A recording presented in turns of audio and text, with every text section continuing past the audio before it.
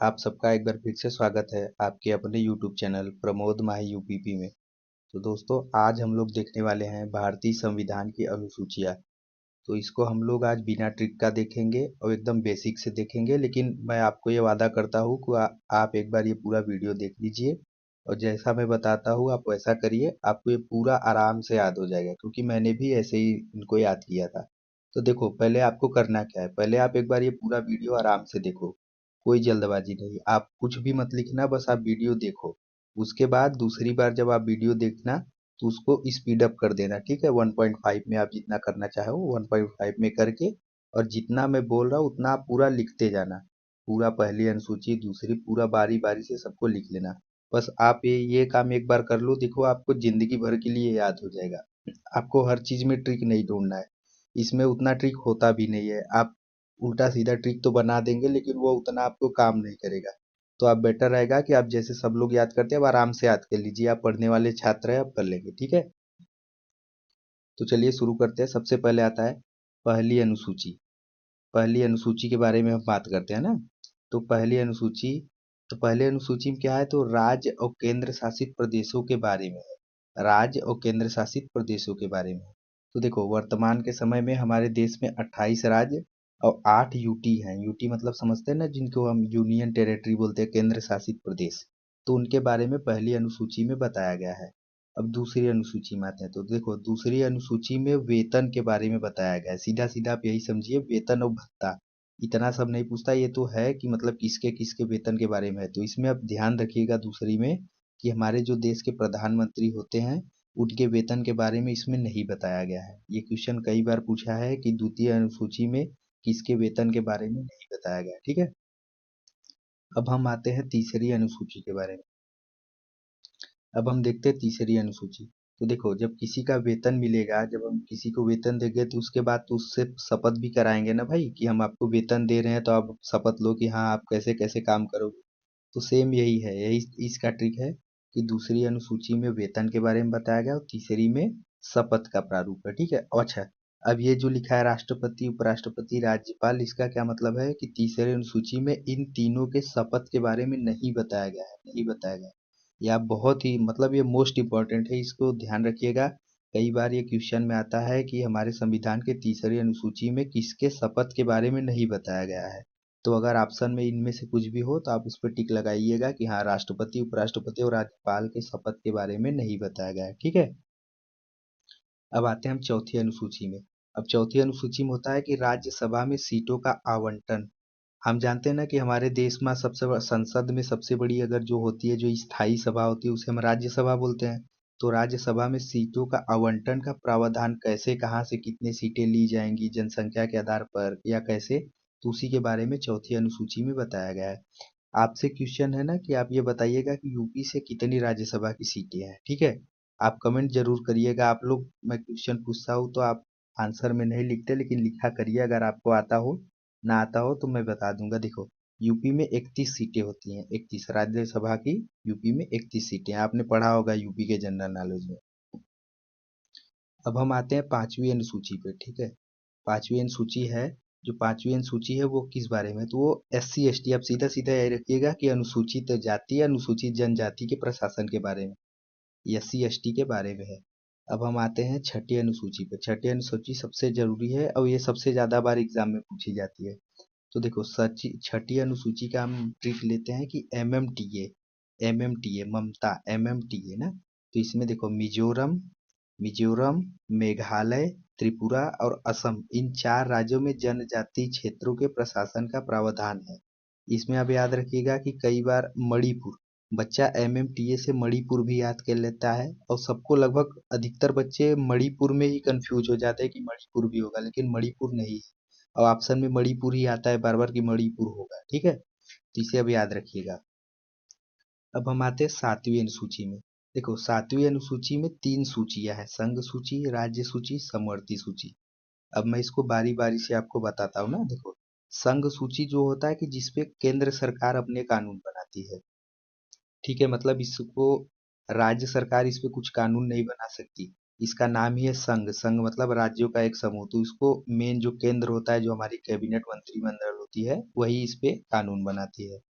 उसके बाद आती है अगली राज्य सूची। तो राज्य सूची नाम से ही पता चल रहा है कि इसमें राज्य अपने कानून बनाएंगे। भारत में जैसे 28 राज्य हैं, तो भाई सब अपने अपने राज्य के हिसाब से अपना कुछ अलग अलग कानून बनाएंगे। तो ये आते हैं राज्य सूची में। अब समवर्ती सूची क्या होती है? देखो, समवर्ती सूची ऐसी सूची होती है ना कि कुछ ऐसे भी क्षेत्र होते हैं कि जिसमें केंद्र और राज्य दोनों अपने अपने कानून बना सकते हैं। मतलब जिसको जो अच्छा लगेगा वो कानून बनाएगा। लेकिन इसमें ये क्वेश्चन पूछता है कि कभी कभी अगर ऐसा होता है कि कुछ अगर समवर्ती सूची के किसी विषय पे अगर कुछ मतभेद हो गया, ठीक है, मतभेद हो गया, केंद्र कुछ और बोल रहा है, राज्य कुछ और बोल रहा है ना, तो अंत में केंद्र की ही बात मानी जाएगी भाई, क्योंकि केंद्र ही प्रधान है। तो समवर्ती सूची के बीच विषय का अंतिम निर्णय केंद्र के द्वारा ही होता है। अब आप बताइए कि जैसे राज्य सूची है ना, तो राज्य सूची में बहुत सबसे सबसे ज्यादा जरूरी क्वेश्चन आता है आपके पुलिस के एग्जाम में ना, कि जो पुलिस है, पुलिस प्रशासन है, वो किस सूची का हिस्सा है। तो आप बताइए। अब देखो, पुलिस प्रशासन हर राज्य के लिए तो अलग अलग होती है ना। अभी हमारी यूपी पुलिस हो गई, बिहार पुलिस हो गई, तो इसमें केंद्र से तो मतलब है नहीं। तो पुलिस प्रशासन जो होता है ना, वो पूरा राज्य सूची के अंतर्गत आता है। इसको आप याद रखिएगा। अब इसके बाद हम आते हैं जीएसटी इसमें ना। तो जो जीएसटी है वो समवर्ती सूची का एक विषय है। बहुत बार ये क्वेश्चन पूछा है कि जीएसटी किस सूची का विषय है, तो जीएसटी समवर्ती सूची का विषय है, क्योंकि इसमें केंद्र और राज्य दोनों अपने अपने कानून बना सकते हैं। अब दोस्तों, अब हम आगे बढ़ते हैं। अब हम आते हैं 8वीं अनुसूची पर। 8वीं अनुसूची क्या है? आपने बहुत बार सुना होगा कि मान्यता प्राप्त भाषाओं की सूची। मान्यता प्राप्त नहीं, आप ये समझो कि हमारी जो राष्ट्रीय भाषाएं हैं, जो हमारी भाषाएं हैं वो कितनी है।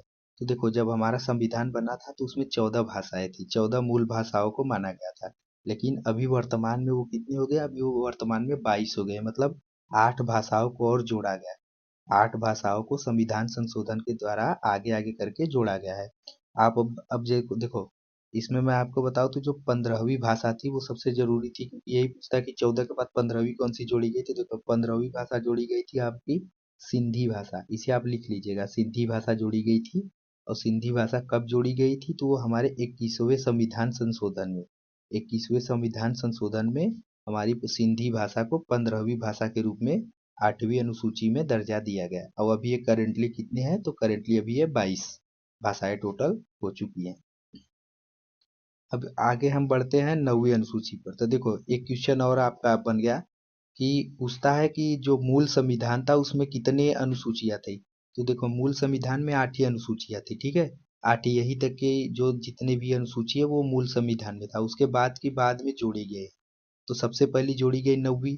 और 9वीं अनुसूची जोड़ी कब गई? तो सबसे पहले वाले संविधान संशोधन में यही हुआ कि इसमें 9वीं अनुसूची जोड़ दी गई।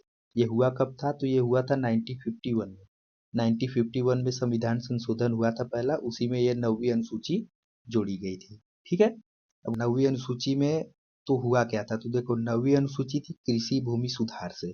जो हमारे कृषि क्षेत्र था, क्योंकि उस समय देश आजाद हुआ था, तो उस समय देश को आर्थिक बहुत ज्यादा तंगी थी, तो उसे दूर करने के लिए हमारे देश में सबसे जो अच्छा रास्ता था वो था कृषि, क्योंकि हमारा देश हमेशा से कृषि प्रधान देश रहा है। तो उसी के कृषि के भूमि को सुधार के लिए 9वीं अनुसूची को जोड़ा गया था, जिससे कृषि को बढ़ावा दिया जा सके। अब हम आते हैं 10वीं अनुसूची में। तो ये पूछता है कि 10वीं अनुसूची का किस लिए जुड़ी। तो देखिए, 10वीं अनुसूची जोड़ी गई थी दल बदल के विरोध में। अब दल बदल क्या होता है? कि जैसे नेता लोग होते हैं ना, कभी इस पार्टी में चले गए, कभी इस पार्टी में चले गए, तो थोड़ा मतलब कि वो सामंजस्य बैठाने के लिए इधर से उधर ना करे, ये कानून लाया गया कि कोई भी मतलब इधर उधर नहीं कर सकता, दल बदलू नेता नहीं हो सकते ज्यादा। इसे कब जोड़ा गया? तो देखो, इसे 52वें संविधान संशोधन में जोड़ा गया। 52वें संविधान संशोधन के तहत 10वीं अनुसूची को जोड़ा गया। अब हम आते हैं 11वीं अनुसूची पे। 11वीं अनुसूची हमारी सबसे मतलब एक तरह से बहुत ज्यादा बार ये पूछी गई है, क्योंकि 11वीं और 12वीं ये दोनों एक साथ ही जोड़ी गई थी। ये दोनों जोड़ी गई थी 73वें संविधान संशोधन और 74वें में। मतलब कि दोनों सन एक ही सन में जोड़ी गई थी 1992 में, लेकिन ये 73वीं बनी, ये 74वीं बनी। अब 11वीं में पहले क्या है? पहली हमारी ये पंचायत, जितने भी गांव गांव होते हैं ना, तो गांव में पंचायत होते हैं, तो ये पंचायत से संबंधित थी। और जो 12वीं थी वो थी नगर पालिकाओं से संबंधित, मतलब जो शहर होते हैं उनके जो प्रशासन थे उससे संबंधित थी। अब ये पूछता है कि 11वीं अनुसूची में कितने विषय हैं। तो देखो, 11वीं अनुसूची में 29 विषय थे। अब 12वीं अनुसूची में 18 विषय थे। इतना आप याद रखिएगा। और दोस्तों देखो, अगर आपको वीडियो पसंद आए तो वीडियो को लाइक कर दीजिएगा, क्योंकि देखो ये सब बनाने में दोस्तों बहुत टाइम लगता है यार। मतलब मैं तो मोबाइल से वीडियो बनाता हूँ, उसमें अब वीडियो को रिकॉर्ड करना, उसको फिर एडिट करना, और इन सब सामग्री को जुटाना, मतलब बहुत मेहनत लगता है यार। आपको लगता होगा, लेकिन आप कभी वीडियो बना कर देखिएगा, क्योंकि मैं भी अभी स्टूडेंट ही हूँ।